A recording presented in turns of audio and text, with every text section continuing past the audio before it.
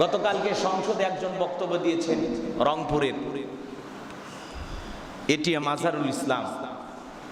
তিনি বলেছেন 24-এর এই গণ আন্দোলন না হলে, ছাত্র আন্দোলন না হলে, এই জুলাইয়ের আন্দোলন না হলে ফাঁসির মঞ্চ থেকে সংসদ ভবনে এসে কথা বলার শক্তি আমার হইতো না। এটা আল্লাহর অনেক বড় দয়া। আলহামদুলিল্লাহ, আলহামদুলিল্লাহ বলে তিনি আল্লাহর শুকরিয়া আদায় করেছেন যে 24-এর এই জুলাই যদি না হতো তাহলে আমার মতো লোক সংসদে স্থান পেতাম না। আমি ছিলাম ফাঁসির কন্ডেম সেলে, ফাঁসির মঞ্চ আমার জন্য রেডি। সেখান থেকে আল্লাহ তাআলা আমাকে সংসদে নিয়ে আসছে। আল্লাহর শুকরিয়া আদায় করতেছেন রংপুরের সংসদ সদস্য এটিএম আজহারুল ইসলাম, জামাতের একজন এমপি। চিন্তা করেন, এই যে জীবনে তার জীবনে একটা পরীক্ষা আসছে, কি ভয়াবহ নির্যাতন। এই মানুষটা নিশ্চিত ছিল যে একদিন আমার ফাঁসি হয়ে যাবে। সেই মানুষটা এখন সংসদের এমপি। কে বানায় বলেন? কে বানায়? আল্লাহ বানায়। তো আপনার জীবনে যত বেশি কষ্ট আসবে, নির্যাতন আসবে, যত বেশি পরীক্ষা আসবে, তত ঈমানটাও মজবুত হবে। কথা বোঝেন নাই? এই জন্য জীবনে কষ্ট আসাটা জরুরি। কষ্টটা আসলে সুখের যে মজা এটা বুঝতে পারবেন না। জীবনে মাঝে মাঝে কষ্টটা আসে, খুবই প্রয়োজন। সুস্থ থাকেন, বুঝতে পারেন না আল্লাহর এটা কত বড় নিয়ামত। যখন মাঝে মাঝে অসুস্থ হন তখন টের পান, আরে আল্লাহ কবে যে ভালো করবে, এই রোগ থেকে যে কবে মুক্তি দেবে। তো যারা জেলখানায় যায়, ফাঁসির আসামি, এই মানুষটা যদি জানতো, আরে একবার যদি ফাঁসির দড়ি থেকে বেঁচে যাইতাম, জীবনে আর কোনোদিন খারাপ কাজ করতাম না, গুনাহের কাজ করতাম না, আল্লাহর ইবাদতে কাটায় দিতাম। আসুন এই 25, এই 27, এই 29 একটু ইবাদত করে কাটায়। এই 3টা রাত জেগে জেগে নফল নামাজ পড়ব, এই নিয়তটা করি। এই 3টা রাতে বেশি বেশি করে কোরআন তেলাওয়াত করব, নিয়ত করি। আসুন একটু চিন্তা করি, হেলায় খেলায় আর কত জীবনের মূল্যবান সময়গুলো আপনারা নষ্ট করবেন। সারাটা জীবন ঘুমায়া কাটাইলেন। ইবাদতের ব্যাপারে আপনার একটু দিলের ভিতরে কোনো বিষয় জাগ্রত হয় না। আপনি বেমালুম ভুলে গেছেন রমজান আপনাকে কি শিক্ষা দিল, কতটুকু পাইলাম। কিয়ামুল লাইলের সব ফজিলত, কোরআন তেলাওয়াত, সহিহ হাদিস দ্বারা অনেক কিছু আপনাদেরকে আমরা বললাম, কিন্তু কতটুকু নিতে পারছেন? কতটুকু বা নিতে পারলেন? এটাই হলো মূল বিষয়। রমজান আমাদেরকে কতটুকু শিখাইলো, কি নিতে পারছি?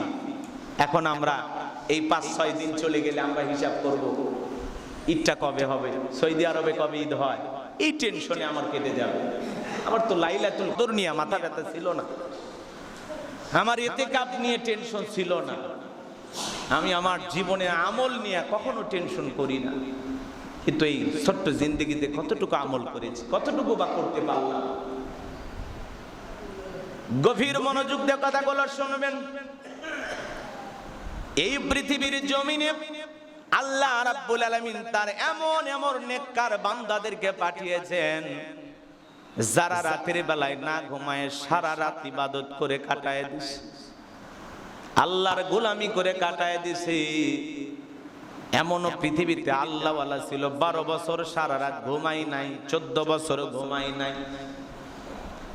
আল্লাহর ইবাদত করবে, নিজের জীবনটাকে নিয়ে এতটা পেরেশানির ভিতরে ছিল। কি আমল করলাম, কতটুকু আমল করলাম, জীবনে কি বা করলাম? আল্লাহ রাব্বুল আলামিন আপনাকে আমাকে দুনিয়ার জমিনে পাঠাইছেন খেল তামাশা করার জন্য নয়, রং তামাশা করার জন্য নয়। আল্লাহ রাব্বুল আলামিন বলেন, বাল তুসিরুনাল হায়াতাদ দুনিয়া ওয়াল আখিরাতু খায়রু ওয়া আবকা।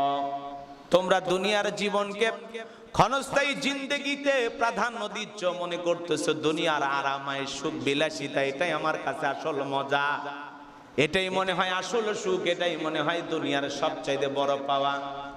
তোমরা দুনিয়ার জিন্দেগি নিয়ে ব্যস্ত হয়ে পড়ছো, কিন্তু তোমরা তো জানো না এই দুনিয়ার জিন্দেগিটা হলো ক্ষণস্থায়ী, আর চিরস্থায়ী জিন্দেগির নাম হলো আখিরাত, পরকাল। পরকাল, এই পরকাল নিয়ে একটু টেনশন করা লাগবে বাজান, পরকাল নিয়ে একটু চিন্তা ফিকির করা লাগবে। হায়াতের জিন্দেগির যদি একটু হিসাব করেন, আল্লাহ তাআলা যদি আপনাকে 60 বছর হায়াত দেয়, আপনি যদি একটু চিন্তা করেন 10টা বছর শিশুকাল হেলায় খেলায় কেটে গেল, দৈনিক 8 ঘন্টা করে যদি ঘুমান, 60 বছরের জিন্দেগির 20 বছর ঘুমায় কাটায়া দিলেন, বাকি থাকলো 30 বছর। এর মধ্যে আপনার পড়াশোনা, বেড়ে ওঠা, যৌবনকাল, এরকম ভাবে যদি হিসাব নিকাশ করে দেখেন 10টা বছর এইভাবে চলে গেল।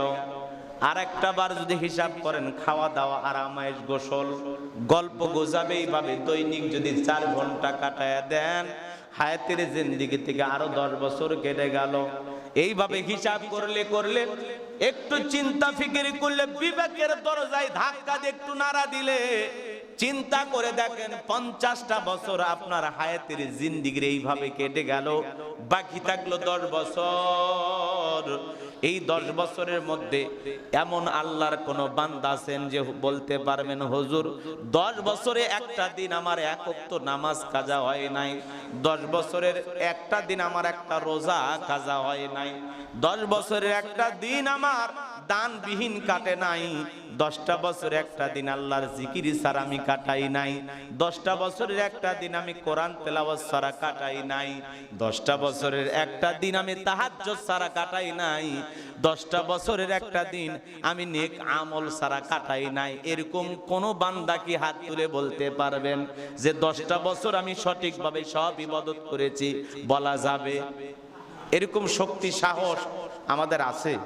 তাহলে হায়াতের জিন্দেগির 60 বছর জিন্দেগি যদি আমরা এইভাবে একটু হিসাব করি, একটু অঙ্ক করে দেখি, তাহলে এইভাবে আমার জীবনটা শেষ হয়ে গেল, আমি বুঝতেও পারলাম না। আরে ভাই 10 বছর কেন, একটা বছরের হিসাব যদি আমরা করি, যে একটা বছর 5 ওয়াক্ত নামাজ, 1 ওয়াক্ত নামাজ আমার কাজা হয় না, একটা বছরের হিসাব আমরা দিতে পারবো। কি আমল করলাম, কতটুকু আমল করলাম, কি দিয়ে রওনা করছি, রমজান তো চলে গেল, কি পাইলাম, কি নিলাম, আমার দশাটা কি? আজকে যদি মৃত্যু হয় মালিকের কাছে কি জবাব দেব? আমার হায়াতের জিন্দেগির দিনগুলো তো হেলাই খেলায় শেষ হয়ে গেল, গল্প গুজবে শেষ হয়ে গেল, আড্ডাবাজিতে শেষ হয়ে গেল, বিভিন্ন মানুষের বদনাম সমালোচনা কইরা তো শেষ হয়ে গেল। কি করলাম জিন্দেগিতে? একটু বিবেককে নাড়া দিই, একটু নিজের মনটাকে জিজ্ঞাসা করি, আল্লাহর কাছে হিসাব দেওয়ার আগে নিজে একটু নিজের বিবেকের কাছে হিসাব চাই যে হে মন, হে নফস, হে জিন্দেগি, কি করলাম? মালিকের কাছে কি নিয়ে যাইবা? তুমি রোজা রাখতে পারো না, দিনের বেলায় খাবার খাও, তুমি রাতে তারাবি পড়তে পারো না, তুমি আজান হইলে মসজিদে যাও না। কি বিবেক আমাদের, কি মন আমাদের, একটু চিন্তা করেন। চলেই তো গেল জিন্দেগি, আর কয়টা দিন?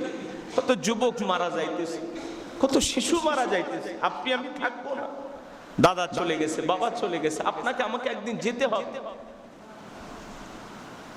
দুনিয়াতে আসছি, থাকতে পারবো না তো, দুনিয়া থাকতে দেবে না, সবাইকে যাওয়া লাগবে। আমি কতটুকু আমল নিয়ে যাইতেছি, আমার জিন্দেগির কতটুকু সময় আমি আল্লাহর ইবাদতে কাটাইলাম, কতটুকু সময় আমি আল্লাহর গোলামিতে কাটাইলাম।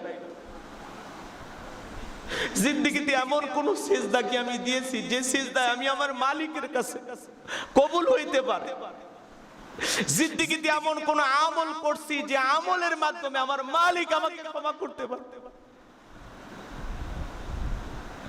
দান করি লোক দেখানো, যাকাত দেই লোক দেখানো, নামাজ পড়ি লোক দেখানো, আমার আমল তো লোক দেখানো আমল। আমি কি সত্যি আল্লাহর সন্তুষ্টি অর্জনের জন্য জীবনে কিছু করতে পেরেছি? কতটুকু করেছি গোপনে আমল?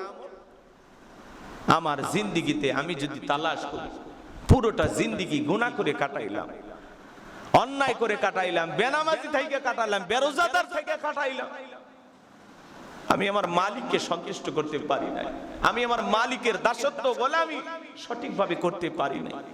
এই দুনিয়ার জিন্দিগিতে আমি রং তামাশায়, গান বাজনা, হট্টগোল হইচই নিয়ে ব্যস্ত ছিলাম, সংসার নিয়ে ব্যস্ত ছিলাম, ব্যবসা বাণিজ্য চাকরি এগুলো নিয়ে ব্যস্ত ছিলাম।